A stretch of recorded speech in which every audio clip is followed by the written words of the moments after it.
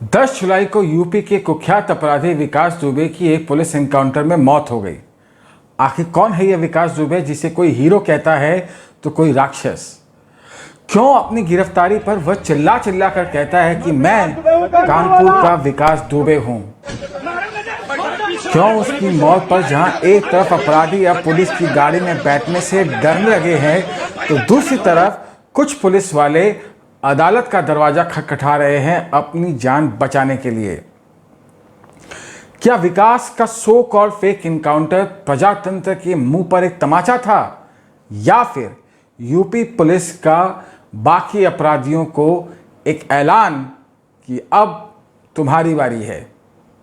इन सब बातों के जवाब के लिए और यह समझने के लिए कि आखिरकार एक अपराधी की मौत से इतनी सारी पॉलिटिकल पार्टीज में एक खलबली सी क्यों मच गई है, इस वीडियो को अंत तक जरूर देखिएगा। सबसे पहले विकास के बारे में। विकास विक्रू गांव का रहने वाला एक बहुत ही क्रूर अपराधी था। 1992 से लेकर 2020 तक उसने बहुत सारे अपराध किए थे और 2020 में उसके खिलाफ 150 से ज्यादा मुकदमे दर्ज थे। पूर्व डीजीपी बृजलाल के अनुसार विकास ने क्रूरता के मामले में चंबल के डाकुओं को बहुत पीछे छोड़ दिया था। 2001 में बीजेपी के एक स्टेट लीडर संतोष पांडे को उसने पुलिस स्टेशन में ही घुसकर गोली से मार डाला और आप समझ सकते हैं कि वहां पर मौजूद 17 पुलिसकर्मियों ने बाद में अपनी गवाही को बदल दिया था। 2 जुलाई 2020 को 25 से 30 पुलिसकर्मी एक केस की इन्वेस्टिगेशन के लिए विकास दुबे के घर गए और वहीं पर विकास और उसके साथियों ने पुलिस वालों को घेर कर अंधाधुंध फायरिंग शुरू कर दी, जिसमें 8 पुलिसकर्मी मारे गए और कई पुलिसकर्मी घायल हो गए। और उसके बाद विकास वहां से फरार हो गया और एक हफ्ते बाद उज्जैन के महाकाल मंदिर में उसे गिरफ्तार किया गया और वहां से जब वह यूपी वापस लाया जा रहा था तो पुलिस के साथ एनकाउंटर में उसकी मौत हो गई। और अब आते हैं एक केस से संबंधित तमाम पहलुओं पर। पहला, criminal political party nexus. Bahujan Samajwadi party के साथ अपने राजनीतिक जीवन की शुरुआत करने विकास ने बाद में समाजवादी पार्टी के साथ अपने संबंध बनाए। इसके अलावा 2017 में भी एक वीडियो में विकास ने बीजेपी के 2 नेताओं के साथ अपने संबंध की बात की है। दूसरी बात, क्रिमिनल एंड पुलिस नेक्सस। ऐसा लगता है कि अपराध जगत में विकास की ऊंची छलांग की वजह सिर्फ पॉलिटिकल पार्टीज को उसकी शह ही नहीं बल्कि पुलिस के साथ उसकी सांठगांठ भी थी। 2 जुलाई को जब पुलिस की टीम विकास की इन्वेस्टिगेशन के लिए उसके घर पर पहुंची तो विकास को इसकी खबर थाने से पहले से ही दी जा चुकी थी और वह तैयार था घात लगाए हुए पुलिस की टीम पर हमला करने के लिए।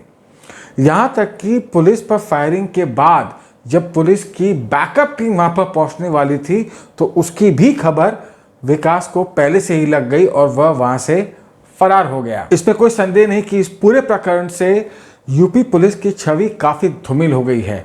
2 पुलिस वालों का नाम आया है और यूपी गवर्नमेंट ने एक स्पेशल इन्वेस्टिगेशन टीम बनाई है इस पूरे केस की छानबीन के लिए। काफ़ी कंट्रोवर्सी हो चुकी है। भारत समाचार के एडिटर ब्रजेश मिश्रा ने इस वीडियो का हवाला देते हुए अपनी एक ट्वीट में कहा कि विकास ने एक्चुअली सरेंडर किया था और उसकी गिरफ्तारी एक नाटक थी। लेकिन इस वीडियो के तुरंत बाद विकास के मंदिर से बाहर निकलते हुए का एक और वीडियो है जिसमें विकास अकेला है और उसके हाथ में एक बैग है, जिसे देखकर यह पता चलता है कि विकास ने सरेंडर नहीं किया।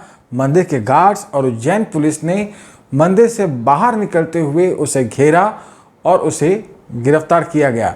इसलिए विकास का सरेंडर एक छोटी खबर है। चौथी बात, क्या विकास का एनकाउंटर फेक था? The $1 million question. वैसे मुझे ऐसा लगता है कि पूरी दुनिया में सिर्फ अर्नब गोस्वामी को छोड़कर सबको पता था कि विकास का एनकाउंटर होने वाला है। वैसे पुलिस ने तो यह कहा है कि जब विकास को कानपुर वापस लाया जा रहा था तो रास्ते में उनकी गाड़ी पलट गई और उसके बाद विकास ने मौके का फ़ायदा उठाते हुए एसटीएफ कमांडो से बंदूक छीन करके भागने की कोशिश की। जवाबी कार्रवाई में जब गोलियां चली तो विकास की मौत हो गई। सारी दुनिया इसे फेक और फिल्मी इनकाउंटर कह रही है। वैसे इस घटना की मजिस्ट्रेट इंक्वायरी होने वाली है, लेकिन मुझे ऐसा लगता है कि यह एनकाउंटर फेक ही था। और अगर यह एनकाउंटर फेक था तो इसके क्या कारण हो सकते हैं, उसके पीछे 3 पॉसिबल थियोरीज हो सकती है। सबसे पहली, यूपी पुलिस सॉट रिवेंज। विकास ने न सिर्फ निर्ममता से 8 पुलिस वालों को मारा बल्कि उसके बाद उनके शवों को भी जलाने का एक गंदा प्रयास किया और इसके कारण यूपी पुलिस वालों का विकास के ऊपर गुस्सा होना लाजमी है। और ऐसा कहा जाता है कि पुलिस ने एक बदला लेने की कोशिश की विकास से। वैसे ये एक पॉसिबिलिटी है, लेकिन मेरे हिसाब से ऐसा हुआ नहीं था। और क्यों नहीं हुआ था, इसलिए आते हैं हमारी दूसरी थियोरी पर। विकास को मरवा दिया गया। जिस तरह शतरंज में राजा को बचाए रखने के लिए प्यादों को कुर्बान कर दिया जाता है, ठीक उसी तरह से कुछ नेताओं के नाम को बचाए रखने के लिए विकास को मरवा दिया गया। ये एक पॉसिबिलिटी हो सकती है, लेकिन मेरे हिसाब से सही नहीं है, क्योंकि जब 2 जुलाई को पुलिस की टीम रेड के लिए विकास के घर पर पहुंची तो विकास ने उन पर हमला करके उन्हें ख़त्म करने का इतना बड़ा जोखिम क्यों उठाया।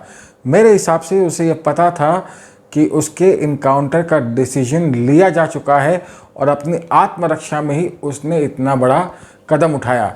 इसलिए विकास का इनकाउंटर का जो डिसीजन था वह 2 जुलाई को लिया गया था, 9 जुलाई को नहीं। और अब हम आते हैं हमारी तीसरी थियोरी पर। को खत्म करने की एक मुहिम चलाई है और विकास का इनकाउंटर उसी मुहिम का एक हिस्सा है। दिसंबर 2019 में यूपी पुलिस ने अपनी एक ट्वीट में कहा कि मार्च 2017 से लेकर दिसंबर 2019 तक यूपी में 5000 से ज़्यादा इनकाउंटर किए गए, 103 क्रिमिनल्स मारे गए और हज़ारों क्रिमिनल्स ने अपनी बेल्स कैंसिल करवा दी ताकि वह जेल में रहकर जिंदा रह सके। अब इस बात के 2 रिएक्शन हो सकते हैं।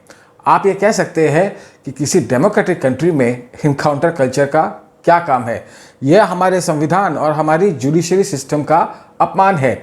अगर आप उन लोगों में से हैं जिन्होंने हैदराबाद रेप केस में पुलिस एनकाउंटर का समर्थन किया था तो शायद आपको यह बात कहने का कोई हक नहीं है, क्योंकि दोनों ही केस में मुद्दा एक ही है, न्याय व्यवस्था में भरोसा न होने का।